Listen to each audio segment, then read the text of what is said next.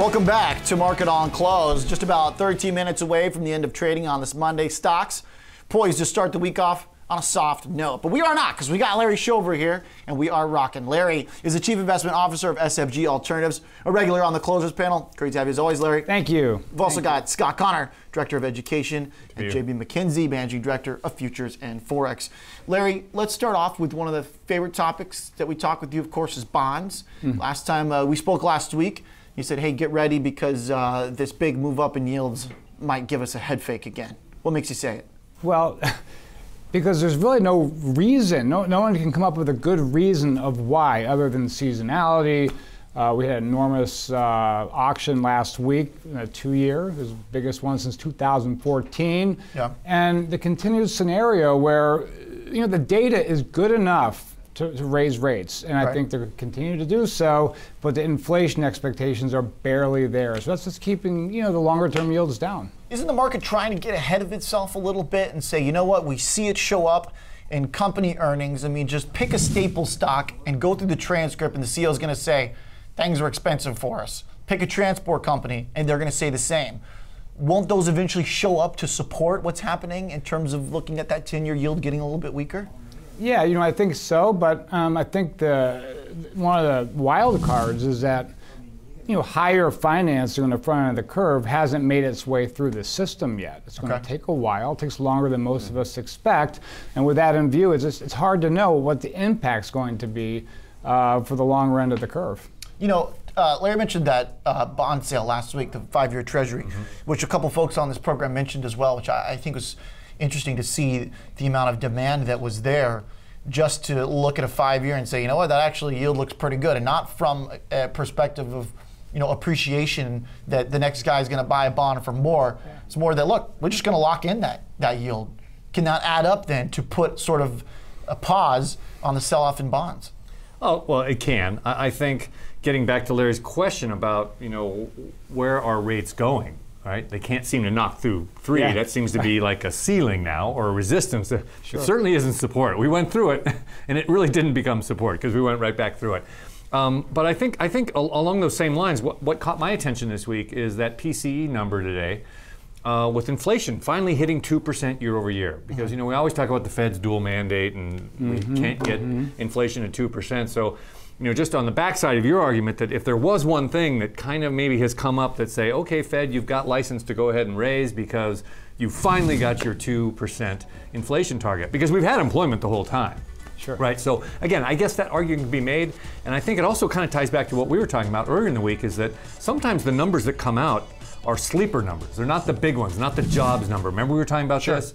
We had the Taiwan numbers. Semi, we had the CEO of, what was it, Caterpillar came out. Yep. This week that PCE number might be the number that says, okay, wait a minute, now we have both inflation and employment. Okay. Well, we got a taste of this today, right? And it seemed pretty vanilla in terms of not being a strong beat, not being a miss. I mean, it pretty much came in line. JB, should we pay more attention to the pieces of the economic picture? I do think actually paying more attention to the PCE is something that people are going to remember a little later. I think people have already moved on and saying to themselves, hey, you've got earnings coming through tomorrow with Merck and Pfizer. I've got Apple. Oh, by the way, I've got a Fed meeting minute. And oh, by the way, I've got jobs. So I think sometimes it has been a little bit overlooked right now.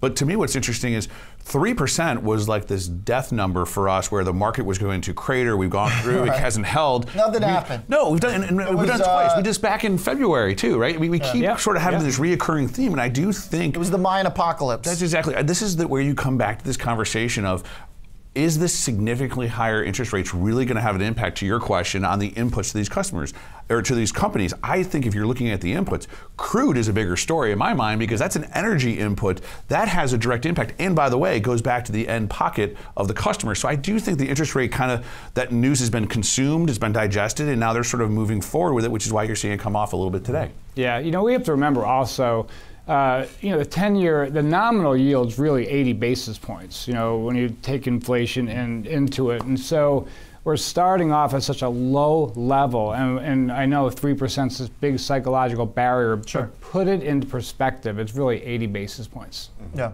What's interesting about that is that one could easily take that and then make that a bullish stocks comment. Absolutely. Do you think it is the equivalent, Larry? Well, I do. I mean, I think we should be looking at growth, not yields, at least not now. Okay. All things being equal, if our inflation does stay at 2%, which I'm doubtful it will, but if it does, I still think yields need to go up another 75 basis points to a full percent before that really becomes a big, big headwind for the stock market. Yeah, and that's why I brought up that 5-year auction, right? Because you start to get a taste of what investors are going to buy, what a pension fund is going to buy, what an endowment is going to buy just for that fixed income, which is why folks might be watching and say, oh, these guys are always talking about inflation. Why is everybody talking about inflation now? Let me hear stocks. This is stocks. It is. Because if Larry's correct here in that we are looking at a still low nominal rate, then you don't have to worry if you're a stock investor if people drawn down in a big way valuations to go buy bonds. Yeah,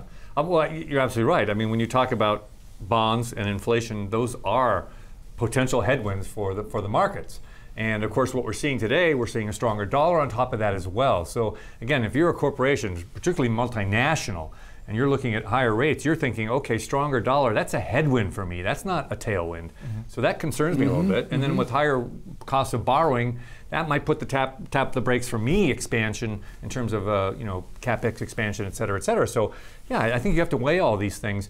But I think the market just feels heavy. It's hard to explain exactly right now why it feels heavy. What is this trader talk? What do you guys mean by this? The market's heavy. Well, maybe it always does. I feel heavy after the sliders today. It has. Well, I mean, but look at the numbers right now. So let's see, 2 of the indices are up on the year and 2 are down on the year. They're all up month to date, but just barely. So even this move that we've had higher, and we're still up slightly year to date on 2 of the indices, it just doesn't feel like 2017 at all.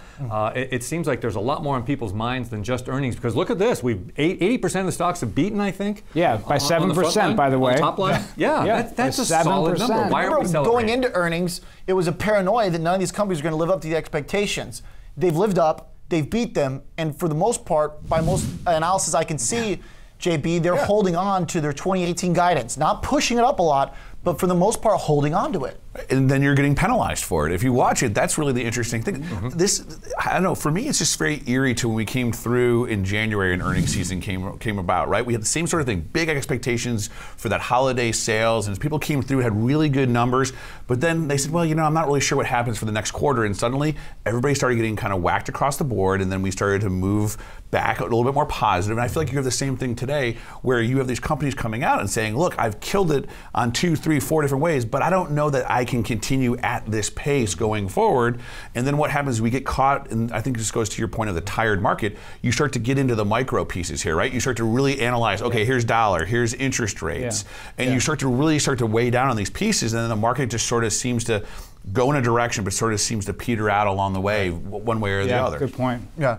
Larry, the strong dollar, is this a temporary phenomenon because of rhetoric we heard last week from central banks, primarily in Europe, but also Bank of Japan as well? I mean, these places want to move to a tighter policy, and they want to follow the track of the U.S., but their data is even less supportive than our own is, at least right now. Yeah, no, I think it is short term. Let's do keep in mind, though, that's another thing. The dollar is something that we all talk way too much about. I've been spending the last few months just trying to figure out why the correlation hasn't been there, and then all of a sudden we see a big rally in the last 5%. Last 5 days. But that said, I think with the twin deficits that we're facing, I have a hard time believing the dollar is going to be stronger the next half of 2018. Yeah, that's where the bear case on dollar seems to always fall back on. Yeah. But is this particularly different than what we've had before in terms of, we've got the tax plans, which that twin part comes in now. Yeah, and it's a big twin part. That's why these auctions that are happening. They're happening, and then the Treasury's coming out with an assessment this week. It's enormous news. That kind of thing didn't really matter. Years ago when Scott and I were in the OEX, I guess we worried about money supply. Who even talks about money supply anymore? Yeah. Did you make this point last week, Scott? I think Scott said that exact same thing. We used to wait after the trading day just to see what the money supply is. Everyone held their breath and waited for that number. Yeah. Right. So I think you're right. The mark's searching for something to grab onto right now. Yes. But did the money supply end up mattering at the end of the day? It did on that day. When Volcker was chairman, it definitely did. Oh, the market reacted. The end of trading this afternoon is going to leave the S&P down at about its lowest level of the day, 0.9%, closing on the lows. The folks who watch every tick in the market will tell you that's not a great sign. But regardless, it was red across the board. The Dow Jones was helped by Mickey D's stay somewhat afloat. Solid earnings kept the stock up about 4%, but the Dow now dropping 58 basis points in futures. Even with the stronger dollar today, we had weakness in the Russell 2000, down 1%. Small caps softening more than their peers. As we look at those domestic companies in the Russell on the downside, the S&P 500, every index closed in the red. Even energy turned the other way at the end of the day, down about 2 bips, but it's really that quote-unquote telecoms group, which is just a couple stocks you can count on one hand. And Sprint, as well as T-Mobile, didn't really get a big boost from that merger that broke this morning.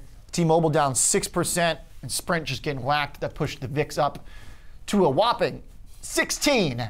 So despite even all that red, Bitcoin remained in the green. But we want to talk about some more macro here. JB McKenzie, Managing Director of Futures and Forex, is the only one that's more interested to talk about Bitcoin and crypto than I am. But we also have Scott Connor and Larry Shover again with us.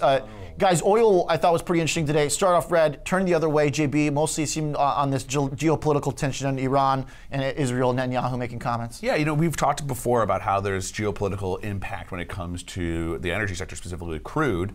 And now, lo and behold, you have Netanyahu come out and talk about some potential concerns associated with Iran and its arms. And what does this mean? And we know that's a close ally with the United States. We've got the Iran deal coming up. Exactly. So all that stuff starts to add some more stress. When it adds stress into it, what do you get? You get a pop in oil prices, and that's what you saw today. Is it up? I was just looking here a second ago, up about 30 cents, and that little pop has raised just a little bit more concern. But what does it also do? Sector we were talking about earlier today is it has a dramatic impact here in the U.S. because energy producers, specifically shale, this is an opportunity where that price continues to creep up. I want to talk about the deal in a sec, but let me set this up from a macro trading and investing perspective, because Larry, I know that you're like we are here, very focused in on whether or not 2018 will finally bring that kind of rotation into value relative to growth companies.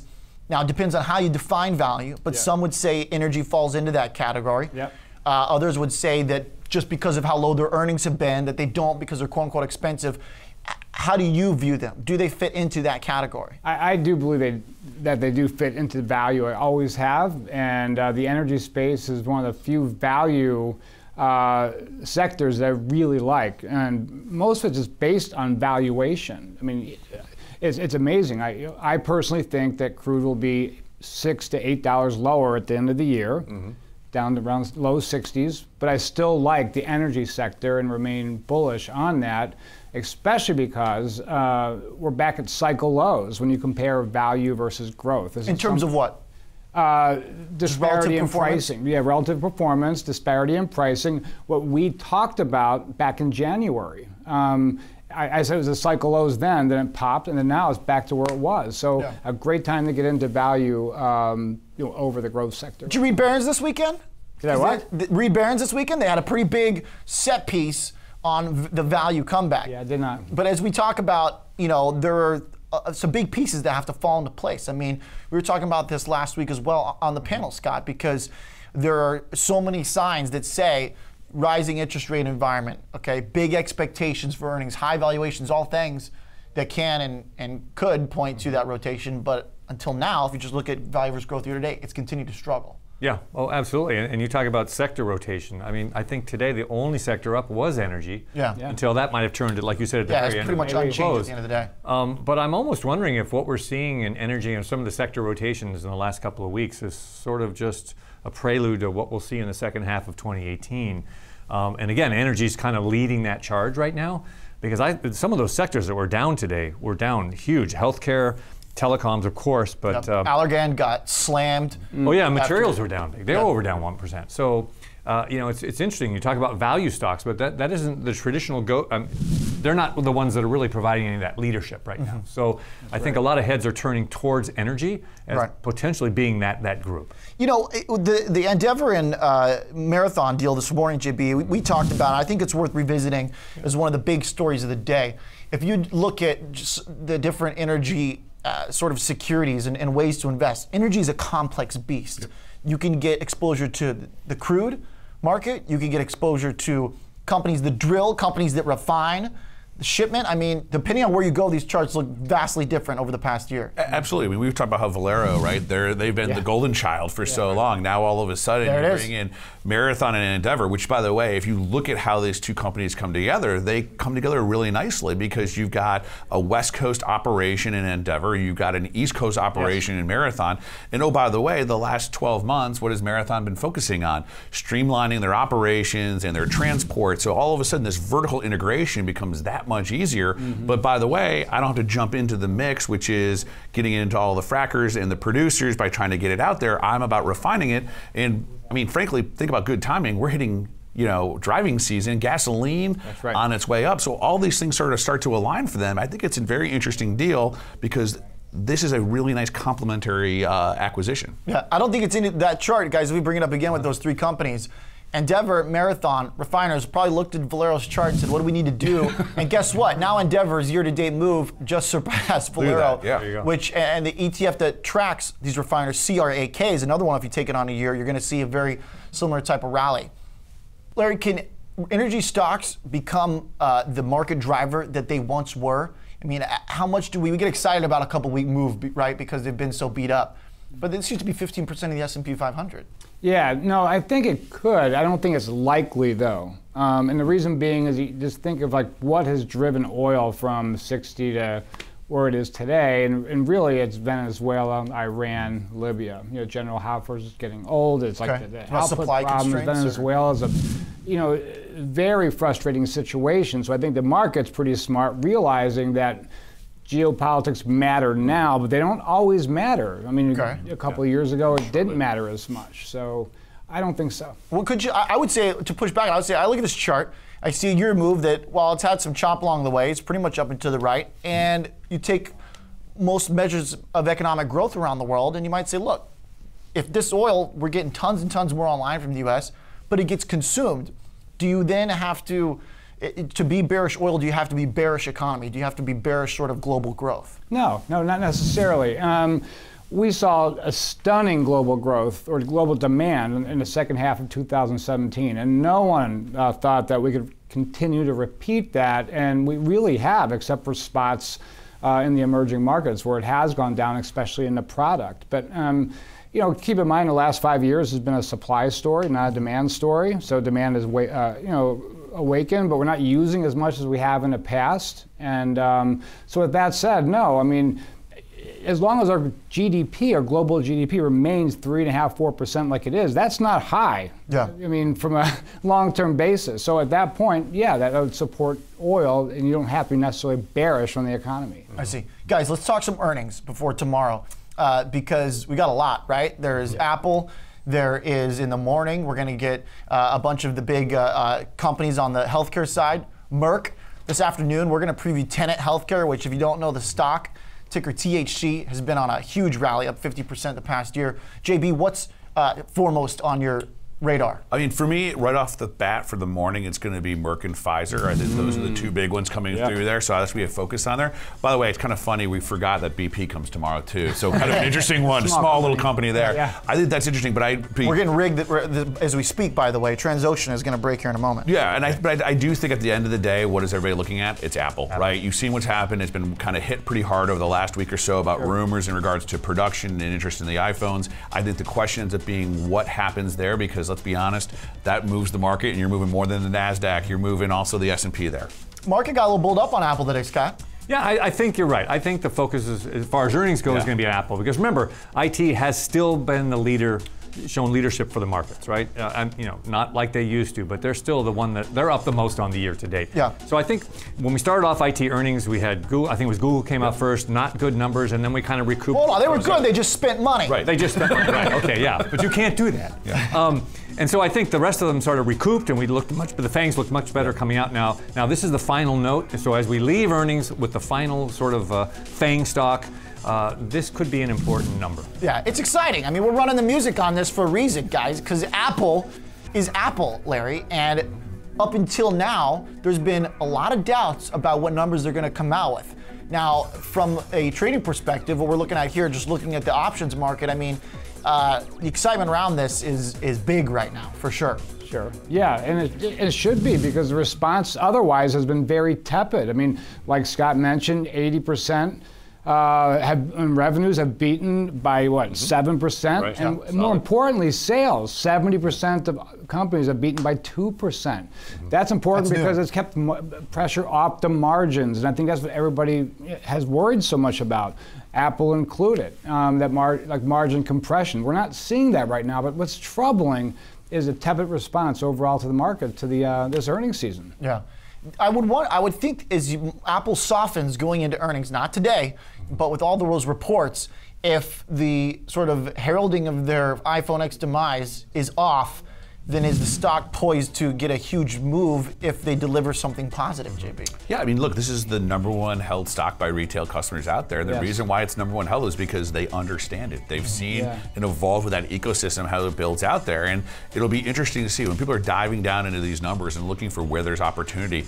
Look, we talked about this when it came through previously last quarter.